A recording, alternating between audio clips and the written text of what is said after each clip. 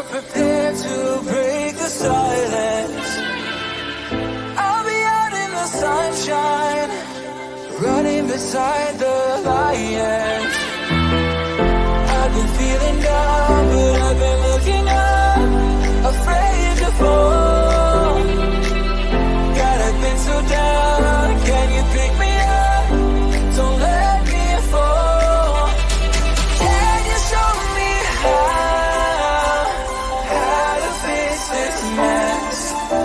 I am down and on my knees and I may fall as I'm so close to the edge.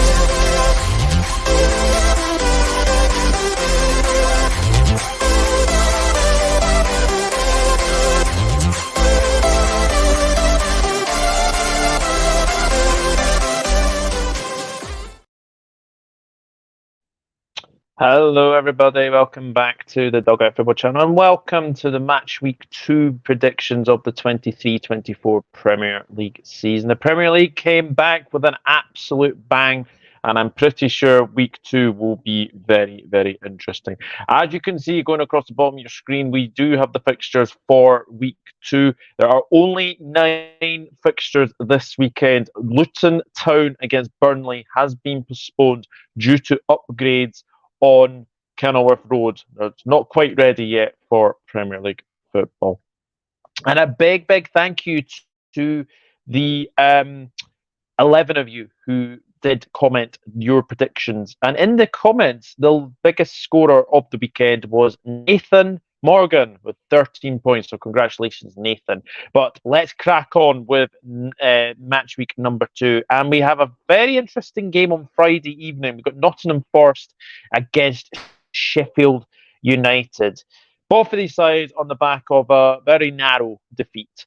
Obviously, Nottingham Forest lost 2-1 to Arsenal. Sheffield United lost 1-0 to Crystal Palace. Nottingham Forest, I've got to say, I was impressed with them in the second half. I didn't think Arsenal were at their best, let me just say that. But I think, look, went 2-0 down very, very early on. You know, you could have easily let the floodgates open after, you know, obviously Saka's wonderful finish to make it 2-0. But I actually thought Nottingham Forest played very, very well in that second half. And bringing on Anthony Elanga and Taiwo Awoniyi was really, really good. And that was the substitution that really, really got Forest back into the game. And, you know, fantastic play from Elanga. Goes past Ben White, Job Party, but like he's no there. Plays across to Awoniyi, and Awoniyi manages to put the ball in the back of the net. And that was absolutely a fantastic counter-attacking goal from Nottingham Forest. And, you know, they had chances in that game. They had chances to, you know, go away with a point. But under the lights at City Ground on Friday, this will be a very, very intriguing game. Sheffield United, narrow defeats to Crystal Palace. But I've got to say again, I thought Sheffield United played very, very well. And you have to say, I think as well, you've got to say Sheffield United, that was not an easy game against Crystal Palace. Yes, they lost 1-0, but they'll be thinking that, yeah, they probably could have gone away with something in that game. And look, there's not going to be an easy game this one as well. But what I do have to say is, with this game being a Friday evening, this has been moved to Saturday from Saturday because there is a test match at Trent Bridge. So obviously they didn't want cricket and football sort of colliding. So that's why they've actually had to replace Nottingham Forest Sheffield United to the Friday. How do I see it going? I've got to be honest, I think this is going to be a very, very interesting game. We did see the last time these two met that it was a 2-1 win to Sheffield United. Obviously, Nottingham Forest did go through on penalties in that game as well. I think if Nottingham Forest start quick, I think they'll be out the blocks. I think they've got to start Elanga. I think they've got to start Awoniyi, because those two made an absolute difference when they came on against Arsenal. And Sheffield United's away form is going to be very, very interesting. This is one of the games I think you have to be targeting if you want to stay in this league, is to try and get the points against the teams in and around you. But I'm going to go for a Forest win. I'm going to go for a very narrow 1-0 win to Nottingham Forest. I just think that they will just be a little bit too strong for Sheffield United. I'm going Nottingham Forest 1, Sheffield United 0. And we move on to a London derby where we have Fulham against Brentford. This is another interesting game, I have to say. Fulham 1-0 winners over Everton. They were pretty much battered for the 90 minutes, but when they got the goal from Decker Reed, which was a very very good finish, has to be said. It's what you call a smash and grab, but I think Fulham did well to win that game. Anyway, Brentford got a 2-2 with their Tottenham Hotspur. And I did say last week, how are Brentford going to get the goals that Ivan Toney got? Well, Vissa got a goal, very, very scrappy, has to be said. But Emblemo, Emblemo and Vissa could be those two that could be potentially going to get these goals, if I've got to be saying that. I do think, though, Fulham, there's still talks with obviously a Mitrovic potentially going to Saudi Arabia. Um, Brentford, I think, will be okay. I think, look, bad defending for the Tottenham goals, it has to be said. But I was very impressed with Brentford, and I was impressed with the way that they played against Tottenham because a lot of people could have potentially seen, Brentford sort of falling, behind. I mean, they did fall behind for obviously Christian Romero, but they did get back into the game. And I think this is going to be another one where you think this is an interesting one. This finished in a 3-2 win to Fulham last season. And I've got to be honest, I actually have a feeling that sort of roles reversal. I'm actually going to go for a 2-1 win to Brentford here. I actually think Brentford could go away to Fulham. And I actually think that they could go and win this. So I'm going to go for a 2-1 win to the Bees in this one. So we will see what will happen.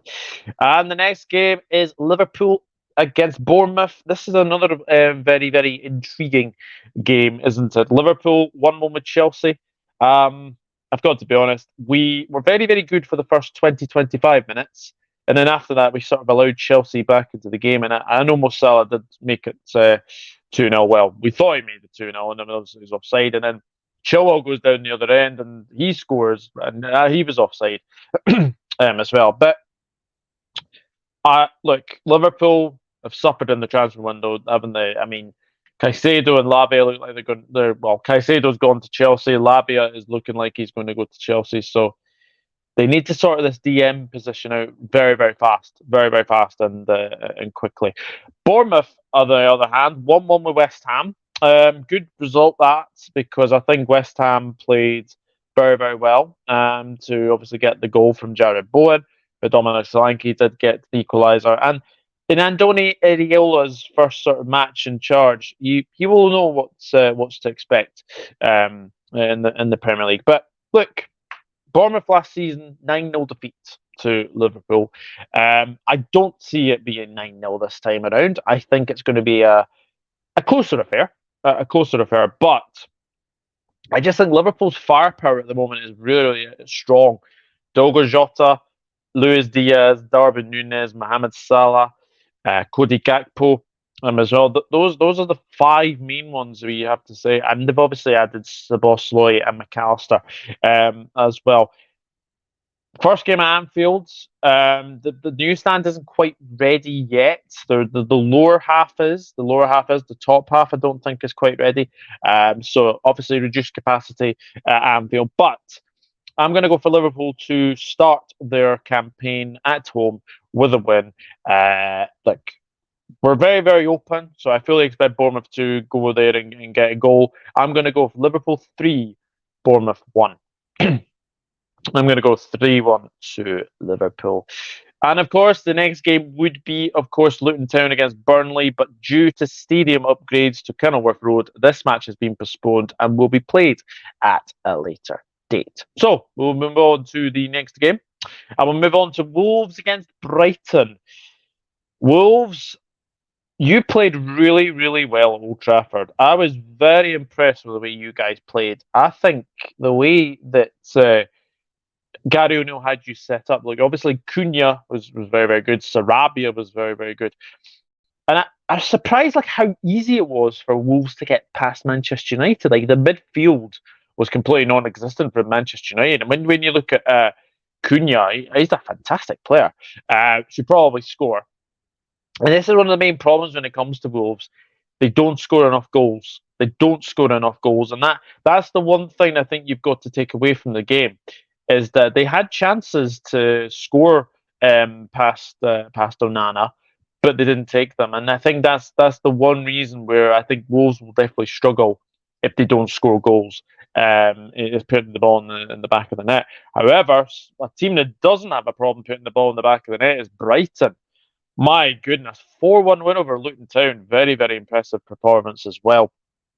And I've got to say, you've got the firepower as well. João Pedro, you've obviously got Enciso to come off the bench. Dangria, I think that's how you say it, as well. He scored. Very, very poor Luton Town defending, has to be said. And yeah, Evan Ferguson came off the bench as well to grab a goal as well. Look, Brighton have a very, very good firepower. They have lost, obviously, Caicedo. They will be able to replace him. I think they'll be able to replace him as well. How do you see it going, Wolves at Molineux? Obviously, Gary O'Neill's first match in charge at Molineux. That'll be a very, very interesting game to say the very, very least.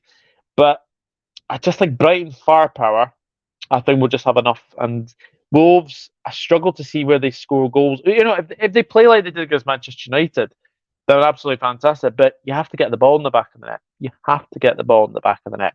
So I'm going to go 2-0 to Brighton. I think Brighton will just win this by a couple of goals. Going to go 2-0 to Brighton in this one.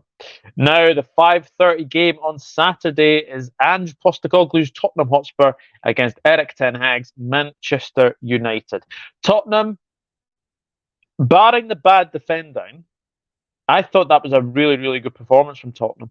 And obviously, they have lost Harry Kane. Like I think you lose Harry Kane, you're going to. Oh, I think this maybe benefit Spurs in the long run. I think they can. They don't really have to rely on Harry Kane anymore. And you know, Son is obviously the captain. You obviously got Richarlison there. Kulusevski was looking very, very good as well. Tottenham, I think, will be okay. I think as well, you have to say that, yeah, look, Harry Kane is a big, big miss. But Tottenham, I think, can go and get a striker to potentially come in, like a Jonathan David or someone of that ilk, just to come in and be that striker. Like I thought Tottenham played very, very well against Brentford, and I thought they were very unlucky not to come away with the 3 points. But then again, I would probably say a draw would have potentially been a fair result. Manchester United, well, I've got to say they were very poor against Wolves. They didn't look like they could get 2-3 passes together. You know, I have to say, Onana, fantastic debut. I've got to say, I do think Man United were very lucky not to give away a penalty because Onana he's come a long, long way trying to get the ball. He's obviously gone like that, and he's collided into the Wolves striker, the tall guy, whose name I can't think at the moment, but that's a penalty. Any other area of the pitch, that's a penalty kick. That's a free kick. That's a free kick. So, you know, Gary O'Neill's obviously had a sort of a what do you call it, an apology from like John Moss, but it's not good enough. It's not good enough. And look, Manchester United did win 1-0 against Wolves. Varane got the winning goal. But something is wrong on that Manchester United side. I don't know what it is, but there is something definitely wrong in that Manchester United side. And it's so easy for Wolves to get past them yesterday. So easy for them to walk through that midfield. So Manchester United, you know, along with Liverpool, they need midfield reinforcements. They do need midfield reinforcements very, very soon. It has to be said. So Ange Postecoglou's first game in charge of Tottenham at the Tottenham Hotspur Stadium. This is one of my shocks of the weekend. I'm actually going to go Tottenham to beat Manchester United. I was not impressed with Manchester United at all I thought they were very, very lucky to get that win. And I'm actually going to go for Tottenham to win by 2-1. I'm going to go Tottenham 2, Manchester United 1.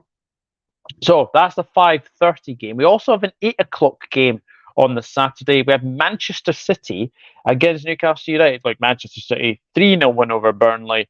Very, very comfortable. Erling Haaland was very, very quiet.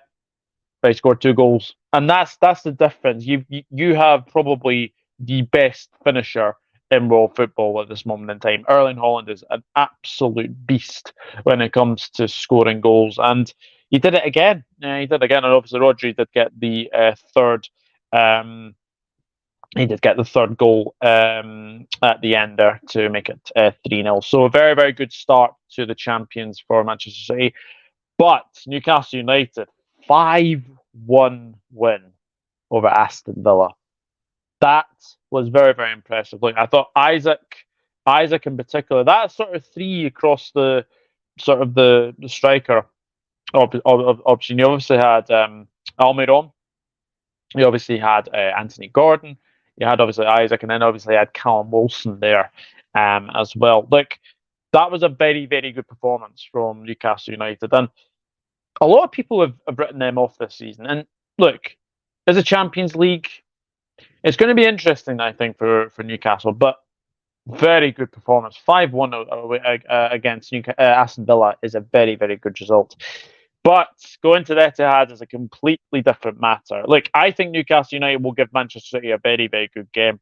However, I just think City will be a little bit too strong. They obviously do have the Super Cup, as of time of recording, they do have the Super Cup on Wednesday. So that could be interesting. That could be very, very interesting to see sort of what the team mindset could be. And what sort of team Pep Guardiola will play as well? Does he deem the Super Cup? Well, Super Cup's obviously a trophy, but does he deem the Newcastle game more important than the Sevilla game? We'll wait and see. But I'm going to go for a 3-1 win to Manchester City. I just think they will be a little bit too strong for Newcastle. But I am going to go for a 3-1 win to the champions. And now we have 2 games on the Sunday. And first game is Aston Villa against Everton.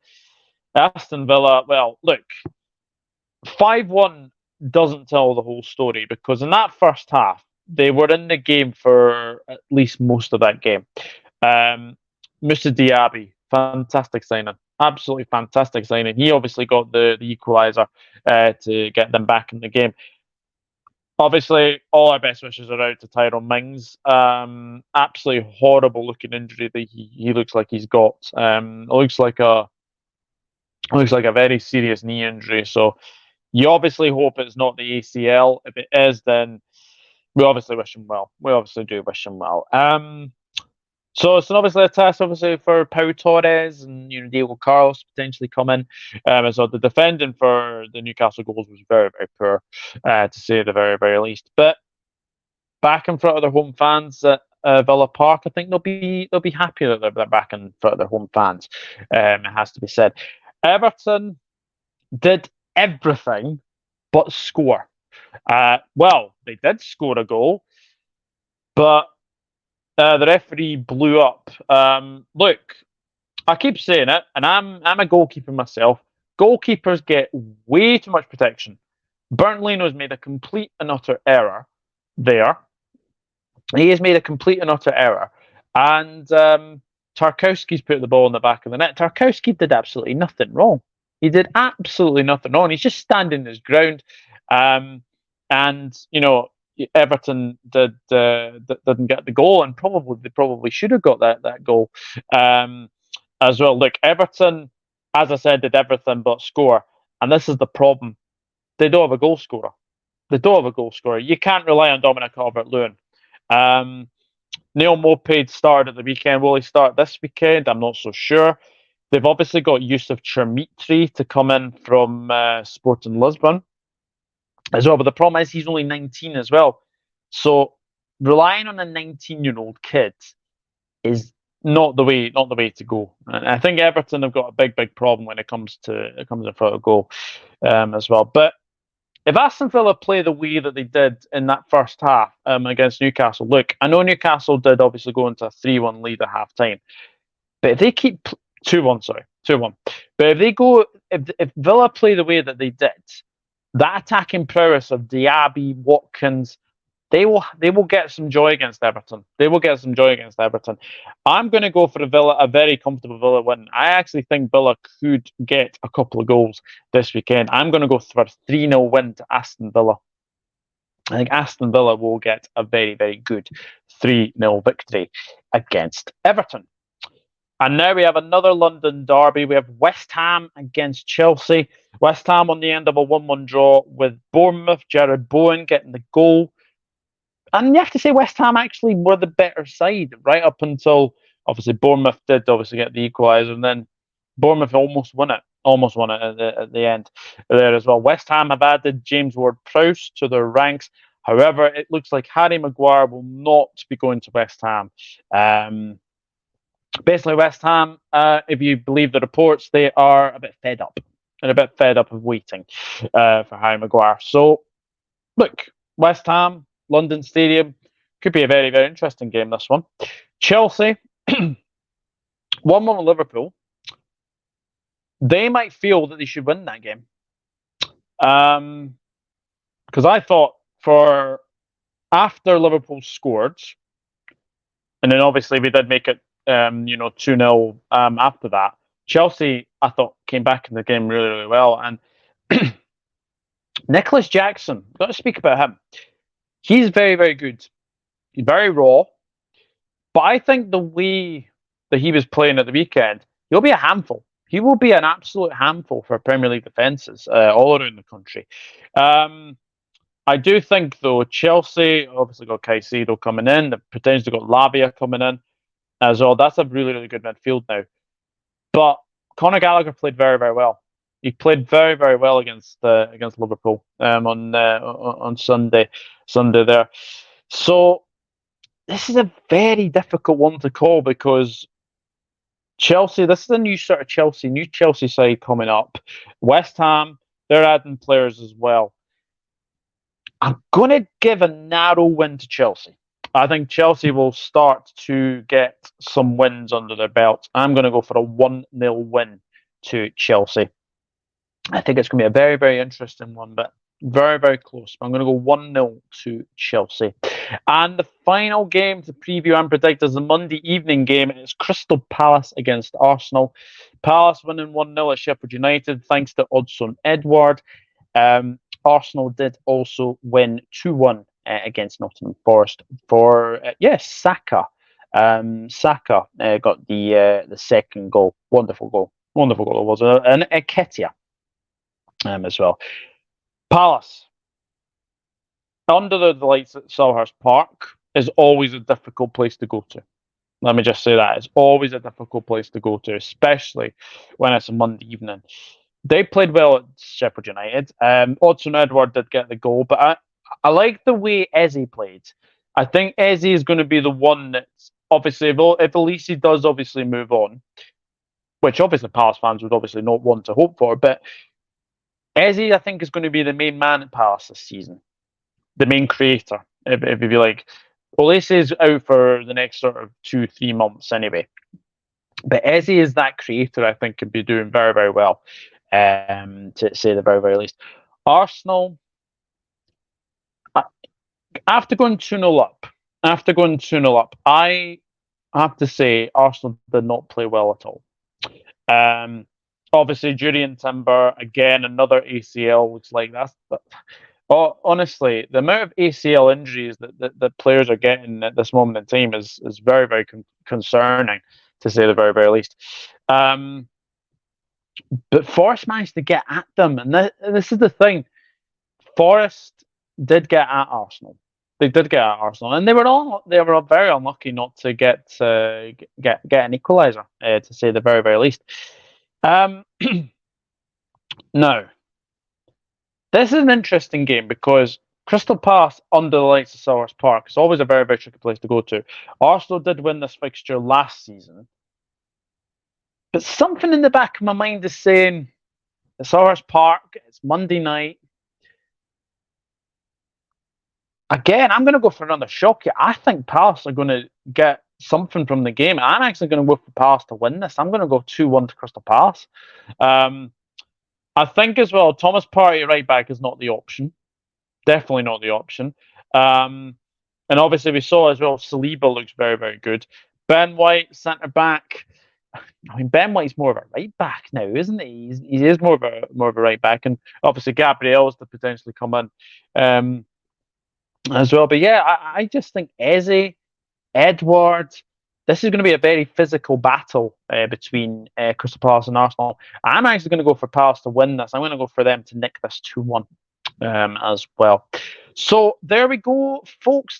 They are my predictions for the match week 2 of the 23-24 Premier League season. I will just give you a recap of my predictions as well. So here we go. Nottingham Forest 1, Sheffield United 0, Fulham 1, Brentford 2, Liverpool 3, Bournemouth 1, Luton against Burnley, obviously postponed due to Kenilworth Road upgrades, Wolves 0, Brighton 2, Tottenham 2, Manchester United 1, Manchester City 3, Newcastle United 1, Aston Villa 3, Everton 0, West Ham United 0, Chelsea 1, and Crystal Palace 2, Arsenal 1. So there we go, guys. Thank you very much for watching another video. I really do appreciate it. And as always, get your predictions down in the comments section down below.